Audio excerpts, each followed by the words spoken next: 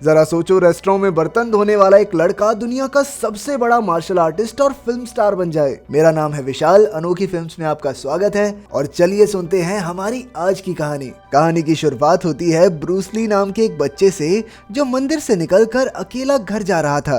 अगले दिन उसके पिता उसे यिप मैन नाम के एक मार्शल आर्ट्स टीचर के पास ले गए। फिर कई साल तक ब्रूस ने उनसे ही विंग चुन मार्शल आर्ट्स की ट्रेनिंग ली। इसके बाद साल 1961 में एक पार्टी के दौरान बॉन नाम का एक आदमी जबरदस्ती एक औरत के साथ नाचने लगा। ब्रूस भी इसी पार्टी में मौजूद था और जब उसने बॉन को रोका तो बॉन ने उस पर हमला कर दिया। अपने विंग चुन कुंफू स्टाइल की मदद से ब्रूस ने कुछ ही पलों में उसे हरा दिया, लेकिन जब बॉन ने उस पर चाकू से वार किया तो ब्रूस ने अपनी खास जंजीर से पीट कर उसका कीमा बना दिया।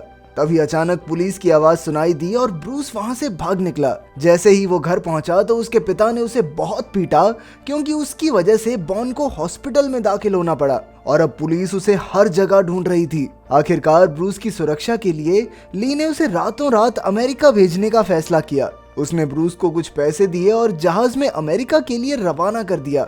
जब ब्रूस सैन फ्रांसिस्को पहुंचा तो उसने बर्तन धोने के काम से शुरू किया, लेकिन यहाँ भी उसने अपनी मार्शल आर्ट्स की ट्रेनिंग जारी रखी। फिर एक दिन जब वो साइकिल पर एक कॉलेज में खाना पहुंचाने गया तो वहाँ का माहौल देखकर उसका भी आगे पढ़ने का मन हुआ, लेकिन उसके पास तो फीस भरने तक के पैसे नहीं थे। तो उसने हार ना मानते हुए दिन रात मेहनत करके पैसे इकट्ठे करने का फैसला किया। जिस रेस्टोरेंट में वो काम करता था वहाँ का शेफ मिस्टर हो ब्रूस से काफी जलता था, इसलिए एक दिन उसने बेवजह ब्रूस पर हमला कर दिया, लेकिन ब्रूस ने भी उसका करारा जवाब दिया। परेशानी तो तब हुई जब रसोई का पूरा स्टाफ हो के साथ मिल गया, लेकिन ब्रूस ली ने अपने जबरदस्त फाइटिंग स्टाइल से एक एक की हड्डी पसली एक कर दी। आखिरकार उनकी मालकिन मिस यांग ने उन्हें छुड़ाया और फिर ब्रूस को अपने पास बुलाकर काफी पैसे दिए। असल में वो जानती थी कि ब्रूस आगे पढ़ना चाहता है, इसीलिए उसने ब्रूस की मदद की। जल्द ही ब्रूस कॉलेज जाकर पढ़ने लगा, लेकिन खाली समय में उसने हमेशा अपनी ट्रेनिंग जारी रखी। एक दिन जो नाम के लड़के और उसके साथियों ने ब्रूस को देखा तो जो उस पर अपनी ताकत की धौंस जमाने लगा। तब ब्रूस ने उसे एक मुकाबला करने को कहा और जो ने घमंड में आकर हाँ कह दी। फिर मुकाबला शुरू हुआ, लेकिन काफी कोशिश के बाद भी जो ब्रूस को छू तक नहीं पाया। जल्द ही जो के साथियों ने एक साथ उस पर हमला बोल दिया, लेकिन उन्हें हराना ब्रूस के बाएं हाथ का खेल था।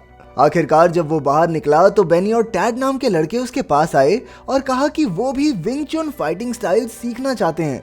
जल्द ही ब्रूस कॉलेज के मैदान में उन्हें विंग चुन के गुर सिखाने लगा और तभी लिंडा नाम की एक लड़की उसके पास आई। असल में वो भी मार्शल आर्ट सीखना चाहती थी।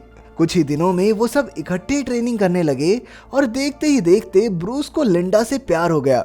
उसने लिंडा को अपनी गर्लफ्रेंड बनने को कहा और फिर रातों रात उन दोनों ने बाहर डिनर करने का प्लान बनाया। जल्द ही वो दोनों बातें करने लगे और ब्रूस ने उसे बताया कि वो अमेरिकन लोगों को चाइनीज सभ्यता के बारे में सिखाना चाहता है। फिर कुछ दिन बाद वो लिंडा को एक खास जगह पर लेकर आया।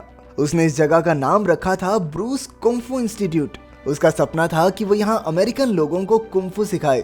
जल्द ही उसका ये सपना सच हुआ और धीरे धीरे काफी लोग उसके इंस्टीट्यूट में कुंफू सीखने आने लगे।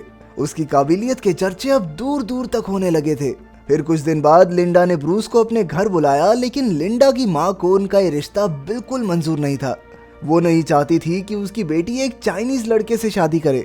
ये सब सुनकर ब्रूस दुखी होकर वहां से चला गया, लेकिन लिंडा उसके बिना नहीं रह सकती थी, इसलिए वो भी ब्रूस के पीछे भागी और उससे अपने प्यार का इजहार किया। आखिरकार 1964 में दोनों ने शादी कर ली और कुछ समय बाद ब्रूस ने मिस यांग के सारे पैसे लौटा दिए जो उसने ब्रूस की पढ़ाई के लिए दिए थे। इसके बाद ब्रूस और लिंडा कैलिफोर्निया में रहने लगे, जहां ब्रूस ने अपना कुंफू स्कूल खोला। कुछ ही समय में सैकड़ों लोग ब्रूस के स्कूल में कुंफू सीखने लगे। फिर एक दिन ब्रूस को अमेरिका की चाइनीज मार्शल आर्ट्स एसोसिएशन से मीटिंग का बुलावा आया। मीटिंग में एसोसिएशन के लोगों ने ब्रूस पर इल्जाम लगाया कि उसने चाइनीज परंपरा का अपमान किया है। वो ऐसे लोगों को चाइनीज सभ्यता और कुंफू सिखा रहा है जिनका चाइना से दूर दूर तक कोई लेना देना नहीं। फिर उन्होंने उसे चाइनीज मार्शल आर्ट्स के खिलाड़ी जॉनी से मुकाबला करने की चुनौती दी। अगर वो ये मुकाबला हार गया तो उसे अपना कुंफू स्कूल हमेशा के लिए बंद करना होगा। ब्रूस ने इस चुनौती को स्वीकार किया और मुकाबले के दिन मैदान में पहुंच गया। तभी ब्रूस के एक दोस्त ने उसे जॉनी से सावधान रहने को कहा, क्योंकि वो अक्सर फाइट में धोखे से वार करता था। खैर फिर मुकाबला शुरू हुआ और कुछ ही पलों में ब्रूस ने अपनी काबिलियत से जॉनी को करारी मात दी। फाइट खत्म करने के बाद वो एसोसिएशन के लोगों के सामने झुका, लेकिन उसी वक्त अचानक जॉनी ने ब्रूस की पीठ पर इतना जोरदार वार किया कि उसकी रीढ़ की हड्डी ही टूट गई।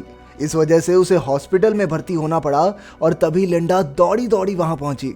ब्रूस को इस हालत में देखकर वो काफी दुखी हुई, लेकिन ब्रूस का दुनिया का सबसे बेहतरीन कुंफू फाइटर बनने का सपना अब भी कायम था। फिर लिंडा ने उसे खुशखबरी देते हुए कहा कि वो मां बनने वाली है, जिसे सुनकर ब्रूस बेहद खुश हुआ। अब रीढ़ की हड्डी में प्रॉब्लम होने की वजह से उसका लेटे रहना तो जरूरी था, लेकिन इसी दौरान कई महीनों तक कड़ी मेहनत करके उसने एक नया कुंफू स्टाइल बनाया जिसका नाम था जीट कुंडू। कुछ समय बाद लिंडा ने एक लड़के को जन्म दिया। ब्रूस भी बहुत खुश था और उसने अपने बेटे का नाम ब्रैंडन ली रखा।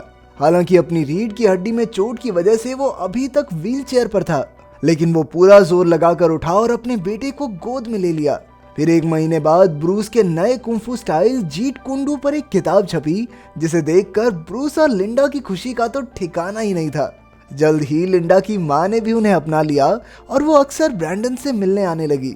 कुछ ही समय में ब्रूस फिर से हट्टा कट्टा हो गया और फिर उसने कॉलेज में जाकर लोगों को अपनी इस नई तकनीक के बारे में बताया। उसने ऐलान किया कि अपनी इस तकनीक की मदद से वो किसी भी फाइटर को 60 सेकंड में चित कर देगा। तभी भीड़ में से जॉनी ने फिर से ब्रूस को मुकाबले के लिए ललकारा। लिंडा ने ब्रूस को ये फाइट लड़ने से मना किया कि अभी तो ठीक हुए हो, पागल हो क्या।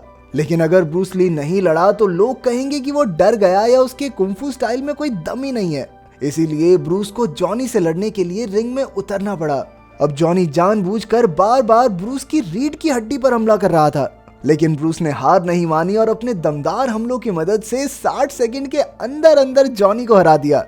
इसी जीत के साथ उसने पूरी दुनिया के सामने अपने इस नए फाइटिंग स्टाइल को साबित कर दिया।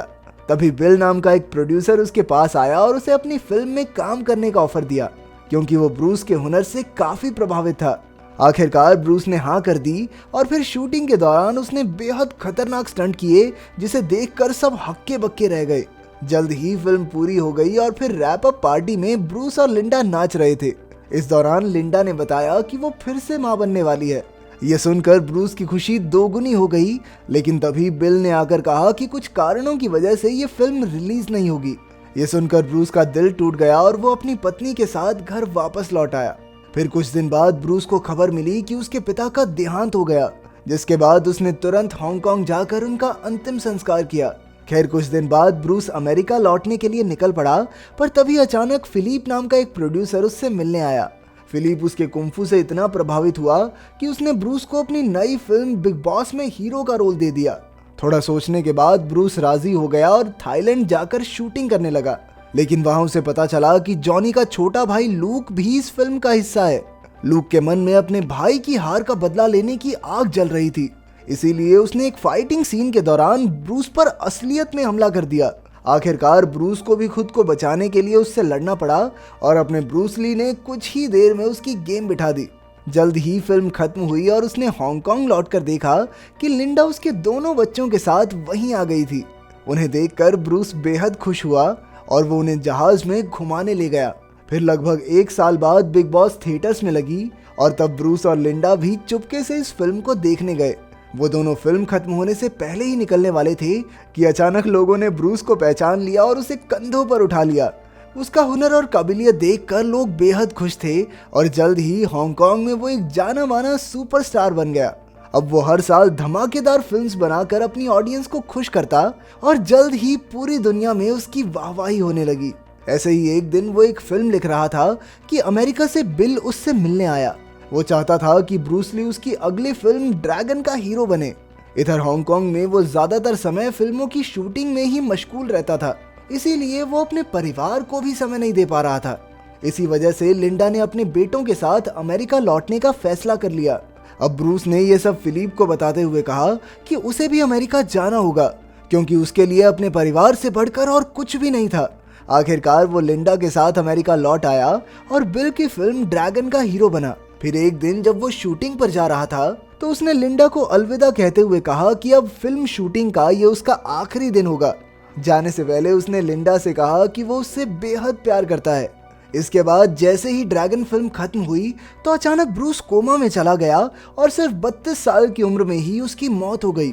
ये खबर सुनकर पूरी दुनिया में उसके चाहने वालों को जबरदस्त झटका लगा और ब्रूस ली के अंतिम संस्कार पर लगभग 25,000 लोग आए। कुछ इस तरह ब्रूस ली मार्शल आर्ट्स की दुनिया में अमर हो गया और आज भी लोग उसे मार्शल आर्ट्स के एक महान योद्धा की तरह याद करते हैं। अगर वीडियो पसंद आई तो लाइक कर देना, चैनल को सब्सक्राइब कर देना। मिलते हैं अगली वीडियो में।